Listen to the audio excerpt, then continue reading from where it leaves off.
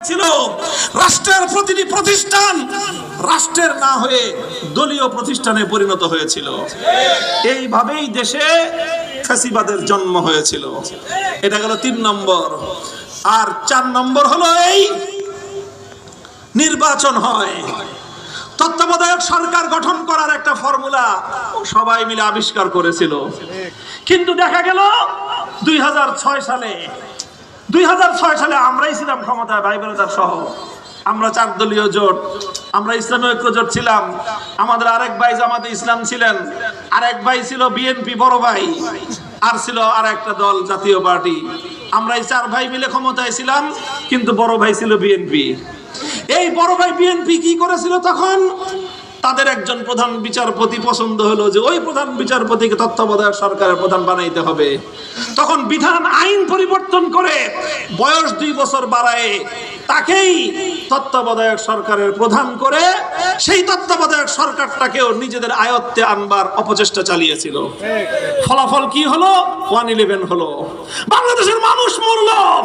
লগি বৈঠক তাণ্ডব এবং সন্ত্রাসের ভিত্তিতে বিএনপি এবং জামাতে ইসলামের কর্মীরা রাজপথে তাদেরকে শাহাদাত বরণ করতে হয়েছিল। 28 অক্টোবরের লগি বৈঠক ভয়াবহ তাণ্ডব বাংলাদেশের মানুষ তখন প্রত্যক্ষ করেছিল। এই হলো 4টা উপায়। এই 4 উপায়ের মধ্য দিয়ে দেশে ফ্যাসিবাদের জন্ম হয়, দেশে বৈষম্য তৈরি হয়। আবার বলতেছি, সংক্ষেপে শুনেন। 1 নম্বর, সকল ক্ষমতা প্রধানমন্ত্রীর হাতে। 2 নম্বর হলো এই যে সকল দলের পদগুলোর মধ্যে সব জায়গায় দলীয় লোকজন নিয়োগ দেওয়া। 3 নম্বর হলো বিচার বিভাগকে দলীয়করণ করা।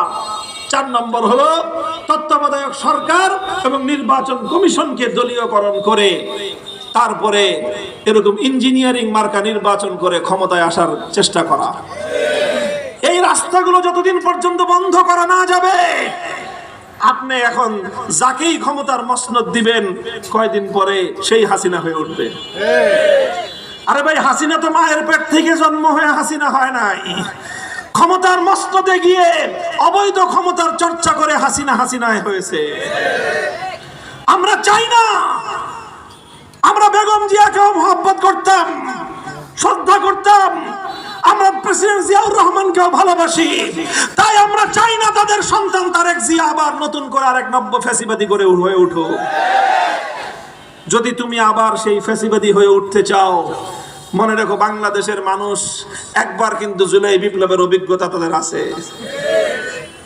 যেই পথে একবার তারা সফলতা অর্জন করেছে, আবার যদি কেন নব্য ফ্যাসিবাদ বাংলাদেশের ক্ষমতার মসনদ আঁকড়ে ধরবার চেষ্টা করে, আবার জুলাই হবে, আবার বিপ্লব হবে, আবার বাংলাদেশ মুক্ত এবং স্বাধীন হবে।